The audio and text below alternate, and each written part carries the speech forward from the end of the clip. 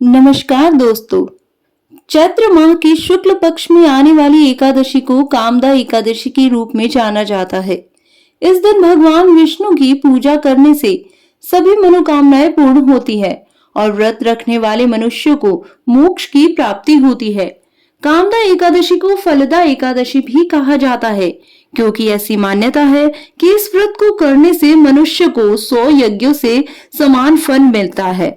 तो चलिए पूरी श्रद्धा से शुरू करते हैं कामदा एकादशी व्रत कथा।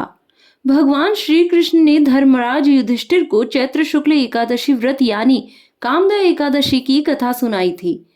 रघुकुल के राजा दिलीप ने भी कामदा एकादशी की इस कथा को अपने गुरु वशिष्ठ से सुना था। प्राचीन काल में पुंडरिक नाम का राजा था जो भोग विलास में डूबा रहता था। उसके राज्य में ललित और ललिता नाम के स्त्री और पुरुष रहा करते थे। दोनों में अथाह प्रेम था। एक दिन राजा की सभा में ललित गीत गा रहा था, लेकिन तभी उसका ध्यान अपनी पत्नी पर चला गया और उसका स्वर बिगड़ गया। यही देखकर राजा पुंडरिक बहुत क्रोधित हुआ और उसने क्रोध में आकर ललित को राक्षस बनने का श्राप दे दिया। ललित मांस का भक्षण करने वाला राक्षस बन गया।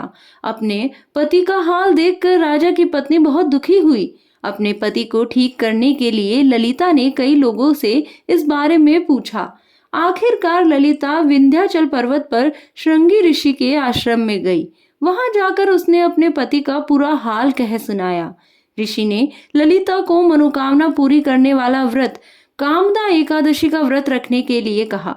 साथ ही ऋषि ने कहा कि अगर वे कामदा एकादशी का व्रत रखती है तो उसके पुण्य से उसका पति ललित फिर से मनुष्य योनि में आ जाएगा। ललिता ने भगवान विष्णु का ध्यान करते हुए विधि विधान के साथ कामदा एकादशी का व्रत किया।